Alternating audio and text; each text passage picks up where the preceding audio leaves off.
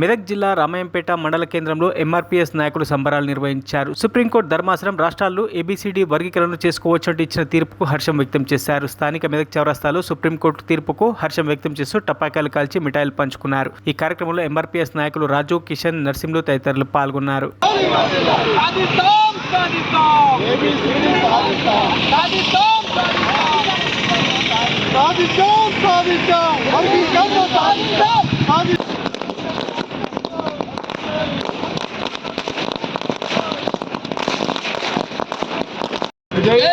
మందకృష్ణ మాదిగ గారి నాయకత్వం, మందకృష్ణ మాదిగ గారి నాయకత్వం. ఎస్సీ వర్గీకరణ కోసం నిరంతరం పోరాటం కొనసాగుతుండగా గత 30 సంవత్సరాల క్రితం ఎస్సీ వర్గీకరణ కోసం జరిగిన పోరాటం ఈరోజు సుప్రీంకోర్టులో ఎస్సీ వర్గీకరణ రాష్ట్రాలు చేసుకోవచ్చు అనే తీర్పు వచ్చింది. కాబట్టి తీర్పిచ్చిన సుప్రీంకోర్టుకు, దానికి కోఆపరేషన్ చేసిన అన్ని పార్టీలకు అందరికీ ఉద్యమ నమస్కారాలు. ఎందుకంటే దండోరా ఉద్యమంలో ఎంతోమంది పనిచేసి నేల కొరిగిన వాళ్ళు ఎంతోమంది ఉన్నారు. ఉద్యమ ఫలాలు చూడకుండానే, ఉద్యమ లక్ష్యం చేరుకోకుండానే ఎంతోమంది నేల కొరిగినరు.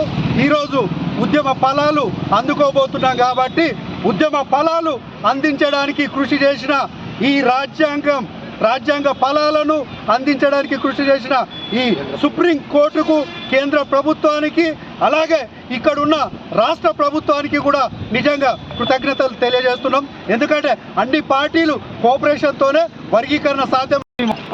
గౌరవ శ్రీ మందకృష్ణ మాదిగ గారి నాయకత్వం, మాదిగ రిజర్వేషన్ పోరాట సమితి.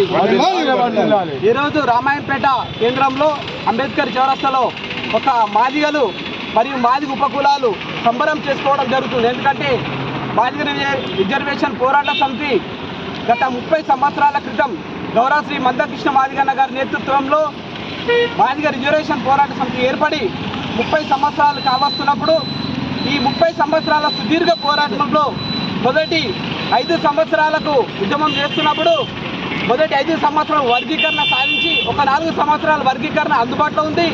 అప్పుడు వర్గీకరణ అందుబాటులో 2004లో కాంగ్రెస్ గవర్నమెంట్ వచ్చినప్పుడు కొంతమంది ఈ యొక్క వర్గీకరణ రాష్ట్ర ప్రభుత్వం తీర్మానం చేస్తే చెల్లదని సుప్రీంకోర్టులో పిటిషన్ వేసినప్పుడు అది సుప్రీంకోర్టు కొట్టివేయడం జరిగింది.